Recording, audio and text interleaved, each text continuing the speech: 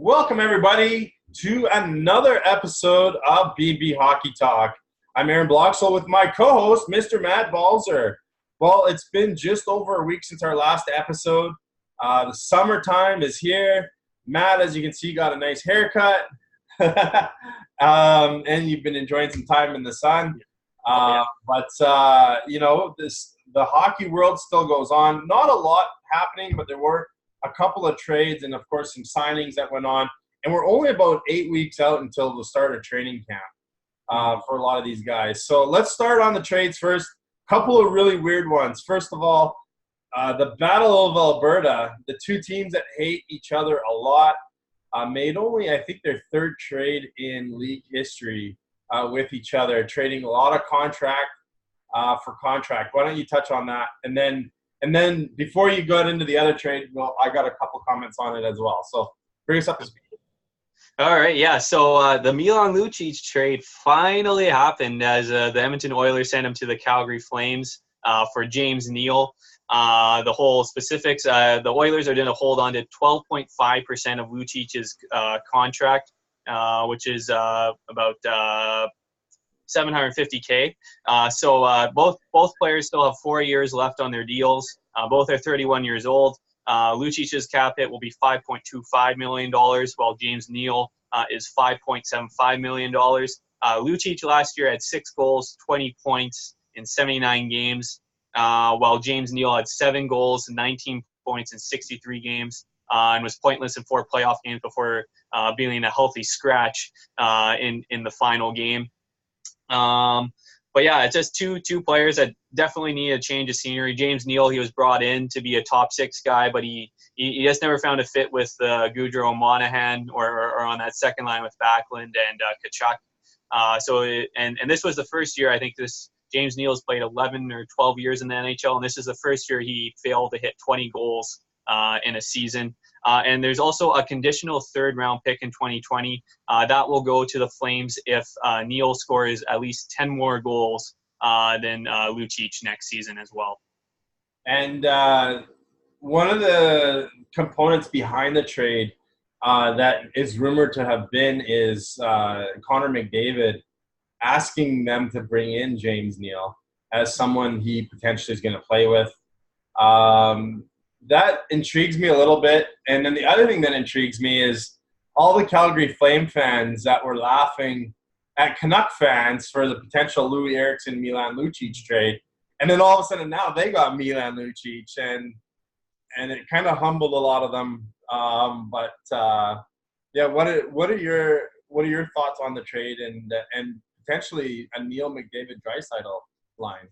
Yeah, well, it is funny that you got Matthew Tkachuk and Milan Lucic on the same team now with all the battles that they had. But yeah, they got a lot of physical elements. You got Sam Bennett too there as well, who sort of found his niche now with his style of play. And so Andy McDonald-esque tight mustache.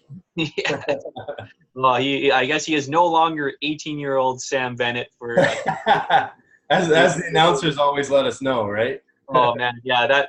For those that don't know, when the Canucks played the Flames in the playoffs, the last time the Canucks were in the playoffs, every time Bennett touched the puck, the announcers always said 18-year-old Sam Bennett. Like it was somehow like they always had to say 18 years old. It was the most annoying thing. But yeah. So Lucic will sort of bring that physical element, like because with them trading away Ferland last offseason, he'll sort of bring that physical element. And you never know. He might find a little bit a more production with the Flames, but I don't see him playing above the third line just with the way they're set up, especially when you got Gaudreau and Tkachuk already ahead of him on the left-hand side.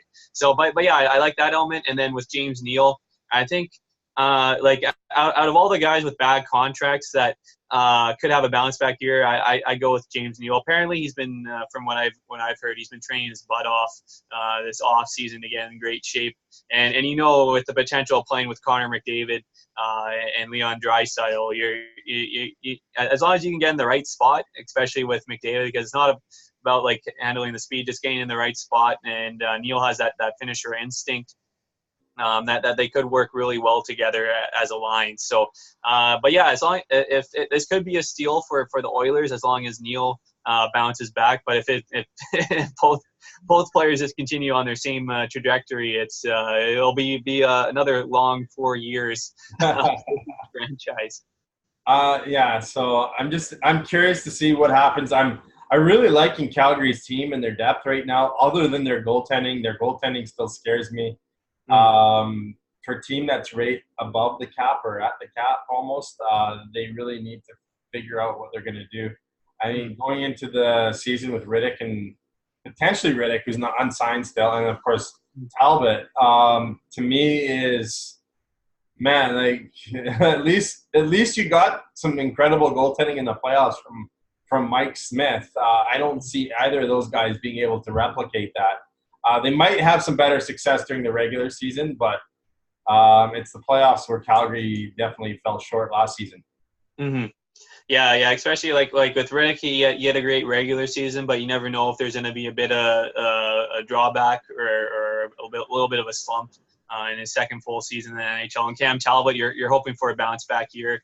But the thing is, we have seen a bunch of goalies that have left the Oilers find success with other teams. Like Devin Dubnyk is the number one right there. A former Oiler goalies that found a starting position. So especially with Calgary, you know you're going to be in a better situation. You know you're going to have a way better defense in front of you. So I still think it might be like sort of like the same goaltending style from last year where both goalies will play like that 40-40 or 50-30 mark.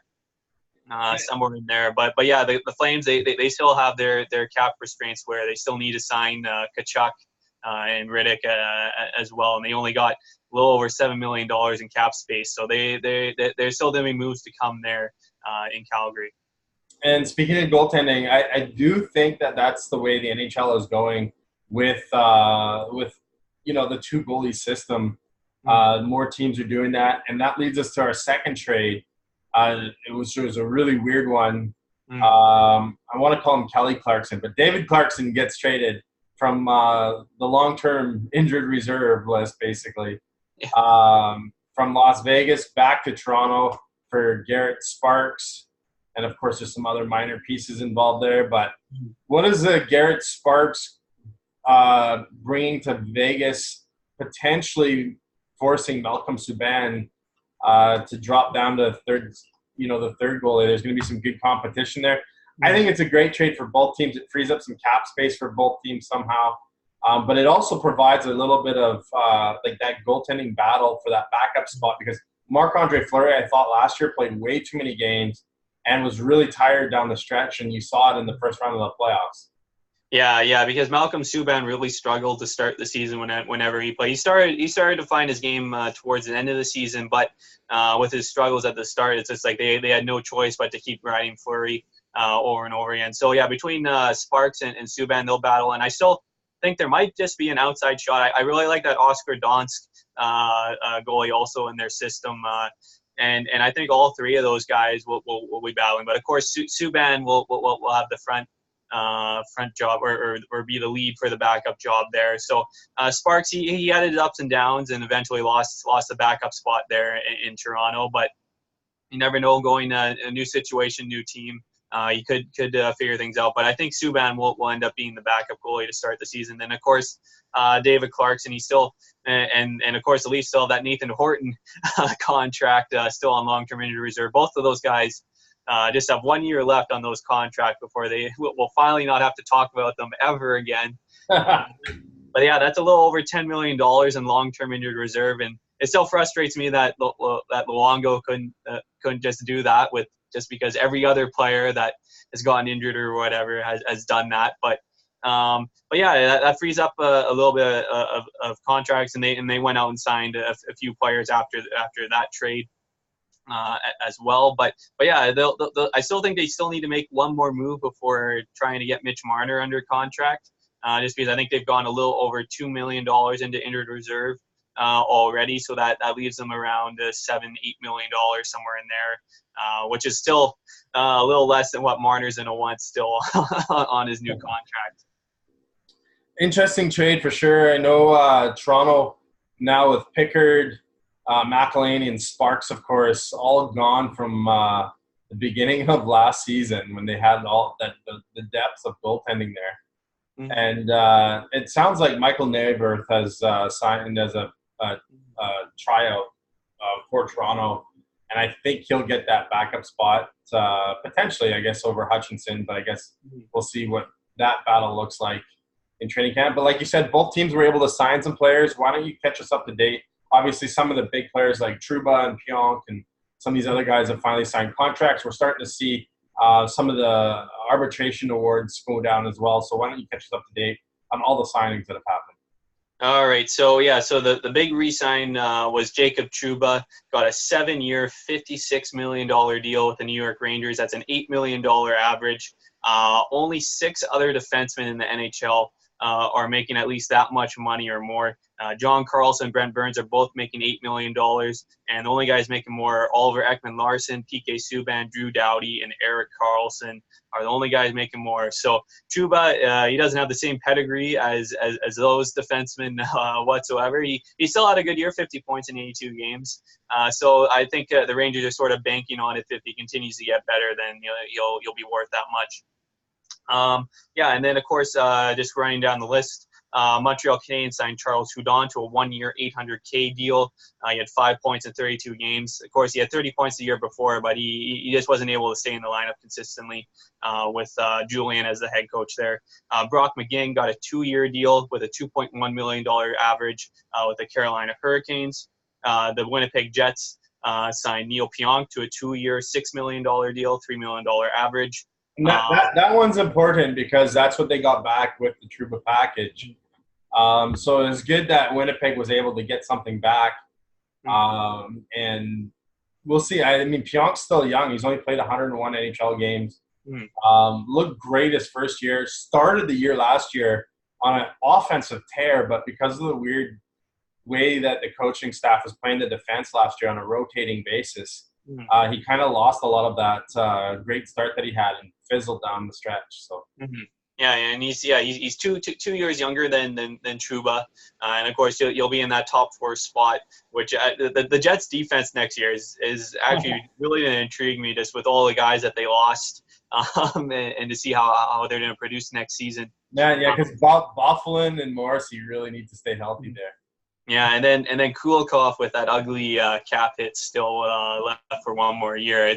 They're going to be relying on some guys that aren't exactly the greatest, or health wise haven't been holding up the greatest either over the past few years. So yeah, and of course you throw in the Lane Connor situation where they still have to re-sign those guys still. Going on, the St. Louis Blues signed Oscar Sundqvist to a 4-year deal with a $2.75 million cap hit. Of course, he is a big part. Well earned. Mm-hmm. And the Blues just about have all their guys re-sign. I think it's just Joel Edmondson and Ivan Barbashev left to re-sign there. The Florida Panthers gave Mackenzie Weegar a 1-year, $1.6 million deal with the Panthers. The Pittsburgh Penguins gave Zach Aston-Reese a 2-year deal with a $1 million cap hit. Pittsburgh is now a couple K over the salary cap, with one guy still left to resign, so they'll have to make a move there. Mirko Mueller got a 1-year, $1.4 million deal with the New Jersey Devils. Still a good young defenseman that they got from San Jose a couple years ago. Colton Sissons got, I guess, what you could be the most head-scratching, at least if you go by term. He got a 7-year, $20 million deal. That's a $2.86 million cap hit. But the thing is with Nashville, if you look at some of their past contracts, like Calle Jarnkrok, he got like a 6 or 7-year deal, and he's more of a depth player. But Nashville's they do really well, at least signing guys to long-term deals well in advance. Like Roman Josi is like one of the best examples where they signed him to a 7-year deal at only a $4 million average.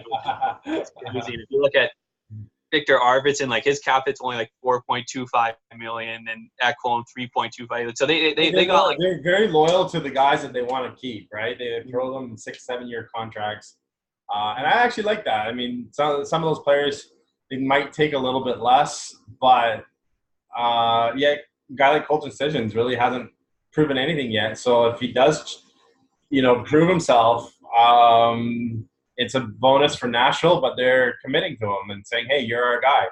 So I like that. I think that works for both parties. Yeah, because he had that big breakout playoffs when they went to the Stanley Cup Finals there. And then last year he actually had a decent year. He had 15 goals, 30 points last year. And then Sam Bennett, who we brought up earlier, got a 2-year, $5.1 million deal, $2.55 million average with the Flames. And then we go to some of the arbitration awards. Andrew Kopp with Winnipeg got a 2-year deal with a $2.28 million cap hit. Christian Juice with Washington got a 1-year, $1.25 million cap hit. With that, Washington is actually a couple K over the salary cap with another guy still left to re-sign as well. So they'll have to make another move there. And then today, Evan Rodriguez got a 1-year, $2 million deal with the Buffalo Sabres. And then some UFAs that got signed. The Vegas Golden Knights brought back Derek England on a 1-year, $700K deal, but he can earn up to $800K in performance bonuses. He'll at least get at least another $300K because I think he earns like $100K for playing 10 and then 20 and then 30 games, and then the rest are more Marc-Andre Fleury will be happy about that signing. Yeah, and then and England's one of those older rear guards that are just holding on. I think he's 37 now, and it'll be interesting to see how far physical presence though. That's why I made the comment about Fleury liking him, because I mean those two guys go back into the Pittsburgh days when they won the Cup together. Mm-hmm. And apparently he did have some offers from other teams, but he didn't want to leave Vegas. So everything worked out after that Clarkson trade that they were able to bring him back on board.